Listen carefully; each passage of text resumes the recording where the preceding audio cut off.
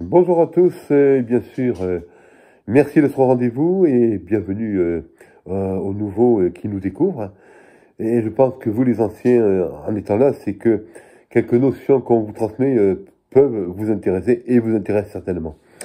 Concernant notamment ces thématiques qu'on développe au niveau des constructeurs, vous avez remarqué que régulièrement, on fait ce qu'on appelle des parties 1, partie 2. Il y aura certainement des parties 3 ou 4, tellement les histoires des constructeurs automobiles sont riches en expérience et riches en événements. C'est le cas aujourd'hui de Peugeot.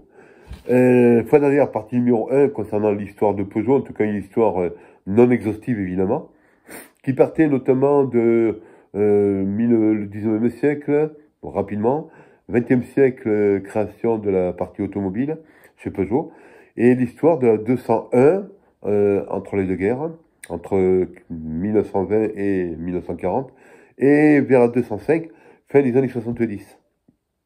Alors, pour tout vous dire, on voulait, aujourd'hui c'est partie 2, développer le côté sportif durant cette période.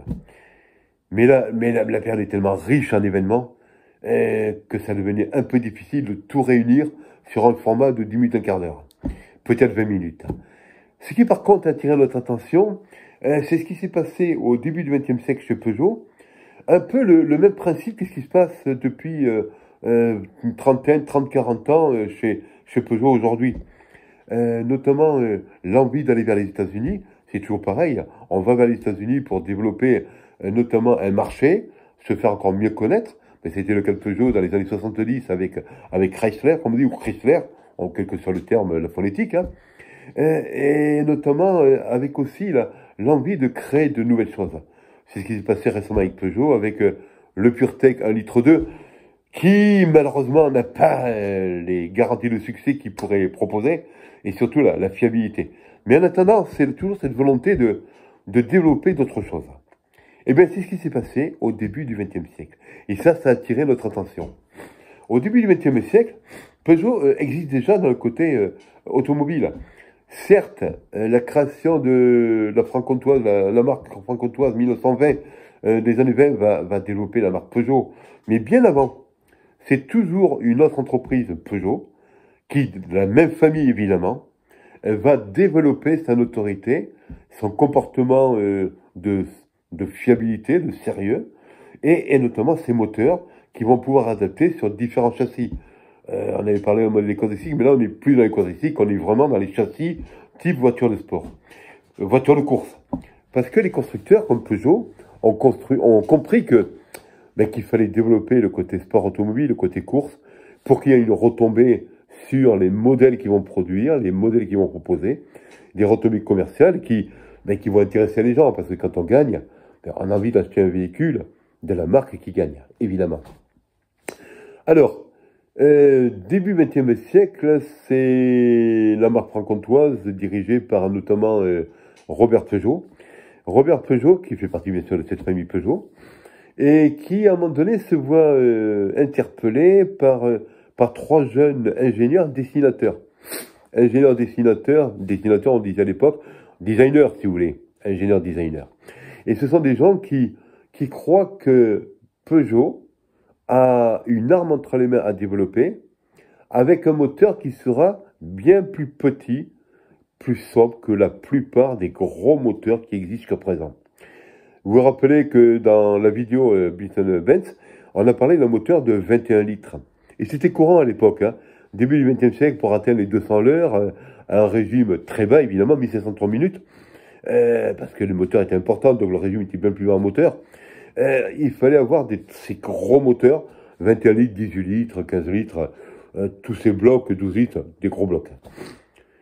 Peugeot, à un moment donné, en tout cas ces trois jeunes, se disent à un moment donné, il y a autre chose à faire peut-être. Ils pensent notamment à un moteur 4 cylindres, double remorque en tête, qui sera bien plus petit en cylindrée, 4,5 entre 4 et 5 litres, et qui va le disent-ils, permettre à Peugeot de rivaliser, de concurrencer et de gagner en course de France, en course en Europe et aussi aux États-Unis. Parce que déjà à l'époque, on pense aux États-Unis, l'Eldorado. Il faut pas oublier que beaucoup de migrants du XIXe siècle sont partis aux États-Unis, attirés par un monde croyant meilleur qu'en Europe que leur vie sur le moment. Euh, le marché économiquement donne l'impression que tout est possible. La vie paraît plus simple, plus confortable, rapide en même temps, ça s'enchaîne. C'est vrai que ça attire. Et Peugeot et ces jeunes de Peugeot sont pris dans la dynamique de la période et bien sûr ne peuvent pas résister. Donc Robert Peugeot va leur répondre que oui, en effet, il n'est pas contre, mais que c'est à eux, à ces trois jeunes, d'assumer la totalité du projet et d'aller jusqu'au bout, évidemment. Il faut une garantie de succès, mais surtout de créativité. Ça met mal à l'aise quand même pas mal de gens qui sont chez Peugeot à l'époque. Deux ingénieurs à un moment donné qui se sentent un peu à l'écart, considérant que c'est une équipe de trois jeunes qui, en plus c'est trois jeunes, hein, bon du jeune, vous réalisez un peu, hein, c'est les jeunes, hein. Mais en même temps, ces trois jeunes qui sont délégués pour une mission particulière, c'est pas trop bien vu tout ça. D'où le nom de charlatans. Les charlatans de Peugeot qui vont développer un moteur différent, un moteur révolutionnaire. Ces charlatans, ils s'appellent d'une part Roger Gou, Georges Boileau et le dernier Paolo Zuccarelli. Ces trois jeunes, à un moment donné, vont développer un moteur qui est censé, qui est reconnu comme étant le moteur de l'ère moderne, le moteur de course de l'ère moderne. C'est dire, Peugeot a créé quelque chose de spécial. Bien sûr, il va y avoir notamment des succès liés à ce moteur. Alors le moteur va être développé évidemment, une ossature de course pour un véhicule de course, et il va commencer à avoir une victoire, en tout cas la première victoire, qui va être en 1913, qui va être notamment au Grand Prix à un moment donné de la CF à Dieppe. Et là, ça va être un ensemble d'événements véhicules, une série de véhicules qui va être développé. Le premier véhicule, on peut l'appeler le L, comme Louis, L76. C'est le premier véhicule qui va être équipé de ce fameux moteur révolutionnaire, bien moins gros que tous les moteurs qui existent, petit, mais qui assure quand même à demi-tour minute une vitesse de 190 à l'heure et qui permet à ce moteur de développer une puissance de 150 chevaux. La victoire apparaît déjà. Et là, on commence à développer des modèles, le L57, le L3, le L45, le L25. C'est une évolution du nombre de véhicules par ce moteur qui reste le même, mais les véhicules évoluent, qui permettront justement de développer différents modèles de véhicules. Mais ça ne s'arrête pas là. On vient de parler notamment des États-Unis. Indianapolis naît à la même période. Déjà, Benz déjà a couru là-bas et a connu quelques succès. C'est la même période à laquelle on commence, comme on commence à penser aux États-Unis, à laquelle on se dit qu'à Indianapolis, il y a quoi à faire. Déjà, ils avaient pensé ces jeunes-là. À Indianapolis, il y a ce qu'on appelle un anneau qu'on appelle le brickyard. Le brickyard, c'est quoi?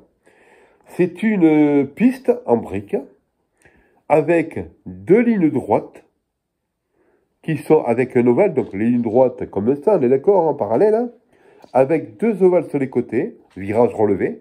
C'est le principe de la NASCAR. La NASCAR aujourd'hui qu'on voit, c'est des dizaines de courses à l'année, et c'est toujours le même principe. Alors, il y a eu quelques modifs, quelques bricoles un peu dans certains circuits, mais la base importante et la plupart des circuits, c'est ces lignes droites avec des ovales qui font tourner les véhicules dans le même sens, constamment dans le même sens, à une vitesse maximale. Et Indianapolis est reconnu comme étant le premier ou un des tout premiers anneaux de vitesse sur lequel il y aura l'équivalent de 6 heures de course à raison de 200 tours durant ces 6 heures. Bien sûr, les véhicules sont prêts pour aller à Indianapolis. Et c'est le 30 mai 1913 que pour la première fois, il y aura une victoire d'un pilote et d'une voiture européenne. Et la voiture européenne, vous l'avez compris, c'est Peugeot. Et bien sûr, en même temps, celui qui va sortir en deuxième ligne, Jules Gou. et qui va arriver à gagner ce 30 mai 1913. Alors, pour la petite histoire, il y avait notamment 2 véhicules qui étaient engagés à Indianapolis. Le véhicule de Go qui, par tirage au sort, parce qu'à l'époque c'était tirage au sort, mais par tirage au sort va être sur la seconde ligne. Et le deuxième véhicule, par Paolo Zuccarelli, qui, par tirage au sort, sera en dernière ligne. Zuccarelli va abandonner parce qu'il y a ce qu'on appelle des bris de roulement concernant les roues, évidemment, concernant les transmissions. Et en même temps, c'est Go qui va gagner et qui va inscrire Peugeot et ce petit moteur à Indianapolis. La série va se perpétuer. 1914, bien sûr, mais ça va être un franco-belge qui va finir second, qui avec Go qui va finir quatrième. 1914, c'est bien sûr la guerre qui va arrêter tout ça. Alors, pour la petite anecdote encore, il paraît que Peugeot avait juste eu le temps de mettre au point son véhicule pour faire courir ce véhicule d'Indianapolis avant que la guerre soit déclarée et n'éclate. Bien sûr, on va reprendre ensuite à la fin de la Seconde Guerre mondiale. Toujours pareil, quelques succès de Peugeot à Indianapolis.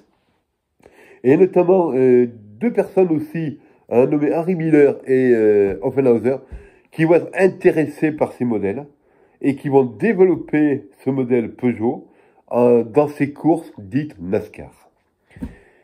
Peugeot, c'est une grosse histoire et on aura l'occasion d'en reparler. Il y aura certainement d'autres parties, parce que c'est avec plaisir qu'on développe une marque qui a vraiment eu cette possibilité d'inscrire la marque française, et c'est pas du patriotisme bête et discipliné, hein.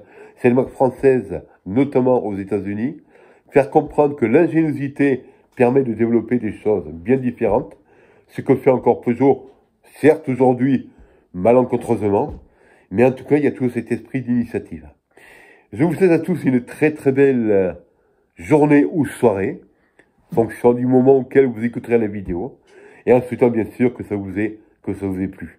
Allez, n'oubliez pas une dernière chose, abonnez-vous, ça nous aide, parce qu'on se rend compte que les vidéos, eh bien, ça commence à prendre de l'ampleur. Les shorts, je n'en parle pas, ça a pris de l'ampleur.